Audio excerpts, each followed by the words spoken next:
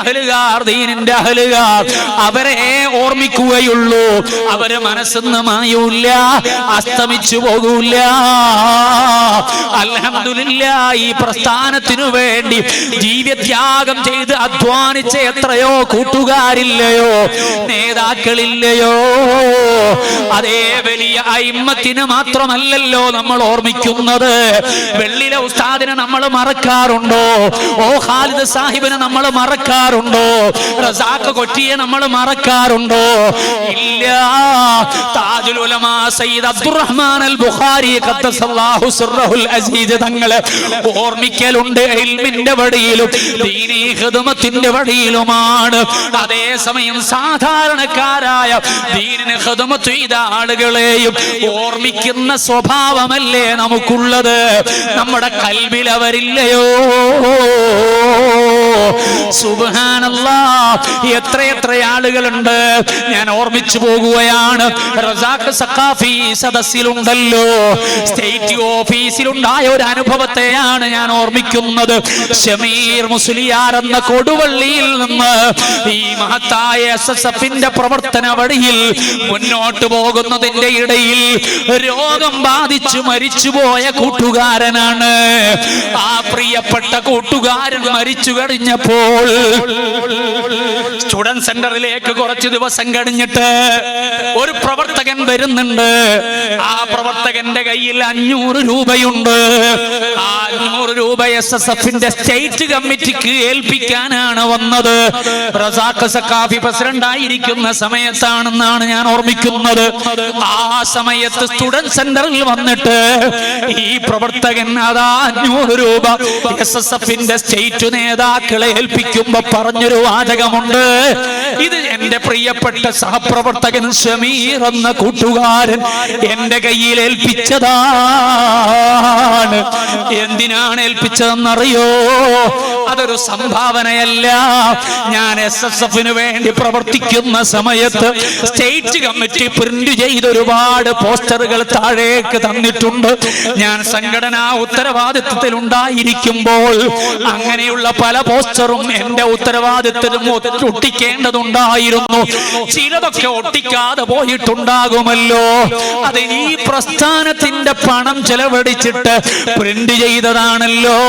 അത് ഒട്ടിക്കാതെ പോയതിന് ഞാൻ കുറ്റക്കാരനായി പോയാൽ റബ്ബിന്റെ കോടതിയിൽ ഞാൻ കുടുങ്ങരുതല്ലോ എന്ന് വിചാരിച്ചിട്ട് അങ്ങനെ പതിക്കാൻ പറ്റാതെ പോയ പോസ്റ്ററിന് വേണ്ടി 500 രൂപ SSFന്റെ സ്റ്റേറ്റ് കമ്മിറ്റിക്ക് സ്വന്തം പോക്കറ്റിൽ നിന്ന് എടുത്ത് കൊടുത്തടിച്ചിട്ട് ആ ഒരു ഉത്തരവാദിത്തം തീർക്കാൻ ആലോചന നടത്തി പിരിഞ്ഞുപോയ കൂട്ടുകാർ, സഹോദരങ്ങളെ, ഈ പ്രസ്ഥാനത്തിന്റെ വെടിയിൽ കടഞ്ഞുപോയ ഒരുപക്ഷെ പലരും അറിയാത്ത പല പ്രവർത്തകരുടെയും ജീവിതത്തിന്റെ രീതിയാണിത്. നമ്മളും അവസാനിച്ചാൽ, നമ്മളും മയ്യിത്തായി കിടന്നാൽ, നമ്മളും ആരാരുമില്ലാത്ത ആരുടെ മണ്ണിലേക്ക് മിൻഹാ ഖലഖനാകും വഫീഹാ നുഈദുകും വമിൻഹാ നുഖ്രിജുകും താറതൻ ഉഖ്റാ എന്ന് പിടിമണ്ണ് വാരിയിട്ടിട്ട് നമ്മുടെ കൂട്ടുകാരും കുടുംബങ്ങളും എല്ലാവരും ഒരുമിച്ചു പറഞ്ഞിട്ട് നമ്മൾ അവിടെ സ്വസ്ഥമായ വിശ്രമത്തിന് കിടത്തിയിട്ട് അവര് തിരിച്ചിങ്ങ് പോരുമ്പോൾ ആ ദിവസത്തെ ഒന്ന് റാഷിദ് ഓർമ്മിക്കേണ്ടതില്ലയോ? എന്റെ ശബ്ദം കേൾക്കുന്ന ഓരോരുത്തരും ഓർമ്മിക്കേണ്ടതില്ലയോ? നമ്മളെക്കാൾ പ്രായം കുറഞ്ഞ പലരും പിരിഞ്ഞതിനെ കുറിച്ചല്ലേ നമ്മൾ പറയുന്നത്? പ്രിയപ്പെട്ട മകൻ മുഹമ്മദ് സനാൻ പിരിഞ്ഞുപോയി. എന്റെ മയ്യിത്ത് നിസ്കരിക്കാൻ ഒരാരുമായി ആ മകൻ ഉണ്ടാകുമായിരുന്നു എന്നായിരുന്നു ആഗ്രഹം. പക്ഷേ റബ്ബിന്റെ തീരുമാനം നേരെ തിരിച്ചാണ്. നമ്മുടെ തീരുമാനമല്ല, റബ്ബ് നമുക്ക് നിശ്ചയിച്ചു വെച്ച സമയം ഏതാണെന്നറിയില്ല. ഏത് സമയമാണെങ്കിലും അതിനുവേണ്ടി നമ്മൾ ഒരുങ്ങിയേ പറ്റൂ, അധ്വാനിച്ചേ പറ്റൂ. നമ്മുടെ സമയം അല്ലാഹുവിന് പൊരുത്തമുള്ള കാര്യത്തിനു വേണ്ടി ചിലവഴിച്ചേ പറ്റൂ. അങ്ങനെ ചിലവഴിക്കാനുള്ള വഴിയാണ് നമ്മുടെ സംഘടനാ പ്രവർത്തനം. അങ്ങനെ നമ്മൾ ഇഖ്ലാസോടെ പ്രവർത്തിച്ചങ്ങ് പോയാലോ അറിയുമോ? എല്ലാവരും കൂടെ നമ്മളെ ഖബറിൽ ഒറ്റക്കാക്കിയിട്ട് മൂടുകല്ലും വെച്ചിട്ട് മൂടി വെച്ചിട്ട് നമ്മളിൽ നിന്ന് തിരിച്ചു പോരുമ്പോ കൂട്ടിനാള് വേണ്ടേ? ഈ നാസിന് വഴികൾ വേണ്ടേ? ആ വഴിയാണ് നമ്മളെ ഇഷ്ടം വെച്ച സഹപ്രവർത്തകരും ഈ പ്രസ്ഥാനത്തിന്റെ ആലിമീങ്ങളും സാദാത്യങ്ങളും ഹൃദയം ചേർത്ത് വെച്ചുകൊണ്ടുള്ള ഖുർആനിന്റെ പാരായണങ്ങളില്ലേ? ദിക്റിന്റെ വചനങ്ങൾ ഒരു വിടലില്ലേ? അത് നമുക്ക് ഒറ്റക്ക് ആരുടെ മണ്ണ് കിടക്കുമ്പോ കൂട്ടുകാരനായി നാസായി ലഭിക്കുന്നതാണ്. അതാണ് നമുക്ക് ഈ പ്രസ്ഥാനത്തിൽ നിന്ന് ആകെ നമുക്ക് ലഭിക്കാനുള്ള ഭാഗ്യപത്രമെന്ന് ഞാനും നിങ്ങളും മനസ്സിലാക്കി അങ്ങനെ എനിക്ക് വേണ്ടി ദുആ ചെയ്യാൻ നിഷ്കളങ്ക മനസ്സും മഹബത്തുമുള്ള മുഅ്മിനീങ്ങളെ ഞാൻ സമ്പാദിച്ചിട്ടുണ്ടോ? ആലിമീങ്ങൾ എനിക്ക് വേണ്ടി അങ്ങനെ പ്രാർത്ഥിക്കുന്ന വിധത്തിൽ ഞാൻ പ്രവർത്തിച്ചിട്ടുണ്ടോ?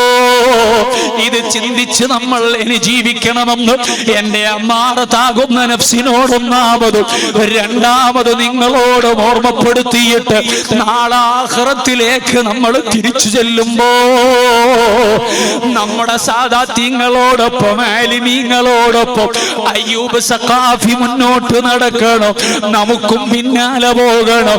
നമ്മുടെ ജീവിതത്തിൽ ഈ പ്രസ്ഥാനത്തിനു വേണ്ടി അധ്വാനിക്കുമ്പോ സമയം ചെലവഴിക്കുമ്പോ മനസ്സിലുള്ള ചിന്ത എന്താണ്? ആഗ്രഹം എന്താണ്? താജുൽ ഉലമയുടെ കൂടെ ചേരണം, സുൽത്താനുൽ ഉലമയുടെ കൂടെ ചേരണം, റയീസുൽ ഉലമയുടെ കൂടെ ചേരണം, നൂറുൽ ഉലമയുടെ കൂടെ ചേരണം, കൻസുൽ ഉലമയുടെ കൂടെ ചേരണം.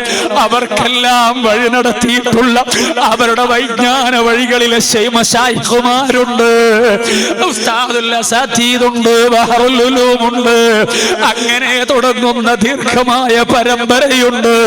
ആ പരമ്പരയുടെ കണ്ണി ഇങ്ങേ അറ്റത്തിൽ നിന്ന് നമ്മൾ പിടിച്ചിട്ട് പാരത്രികമായ ലോകത്ത് റബ്ബിന്റെ ഔദാര്യം കൊണ്ട് സ്വർഗീയ ലോകത്തേക്ക് അവൻ നമ്മളെ പ്രവേശിപ്പിച്ചാൽ SSFന് വേണ്ടി പ്രവർത്തിച്ച കാരണം കൊണ്ട്, SYSന് വേണ്ടി പ്രവർത്തിച്ച കാരണം കൊണ്ട്, മുസ്ലിം ജമാഅത്തിനു വേണ്ടി പ്രവർത്തിച്ച കാരണം കൊണ്ട്, ദീനിയായ ഖുദ്മത്തുകൾ ചെയ്തതിന്റെ കാരണം കൊണ്ട് ഈ മഹത്തുക്കളെ പിന്നാലെ ലോകത്തിന്റെ മുഴുവനും നേതാവായ സ്വർഗീയ ലോകം ഉദ്ഘാടനം ചെയ്യുന്ന മഖാമും മഹ്മൂദ് എന്ന ഉന്നതമായ സ്ഥാനമുള്ള ലോകത്തിന്റെ മുഴുവനും അനുഗ്രഹമായ റഹ്മത്തുൽ ലിൽ ആലമീൻ, റാഹത്തുൽ ആശിഖീൻ, മുറാദുൽ മുസ്തഖീൻ മുഹമ്മദുർ റസൂലുള്ളാഹ്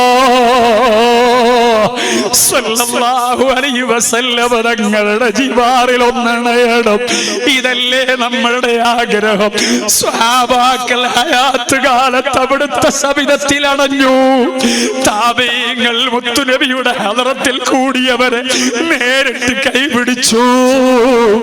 അവരെ കണ്ടവർ എന്നാൽ എത്രയോ ഇപ്പുറത്തുള്ള ആഖിർ സമാനിൽ ജീവിക്കുന്ന നമുക്ക് ദുനിയാവിൽ അവിടുത്തെ തിരുഹദറത്തിൽ ഒരുമിച്ച് കൂടാൻ അവസരം കിട്ടിയില്ലെങ്കിലും അവിടുത്തെ നമ്മൾ വിശ്വസിച്ചു. അവിടുന്ന് കഷ്ടപ്പെട്ട് വളർത്തിയെടുത്ത ദീന്, ആ ദീന് വളർച്ചയിലെത്തണം.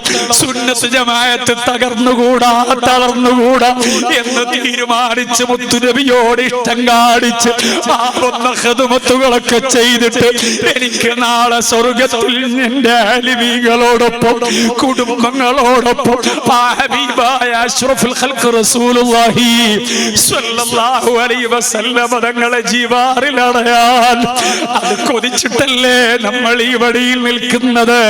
അതല്ലേ നമ്മൾ ആഗ്രഹിക്കേണ്ടത്.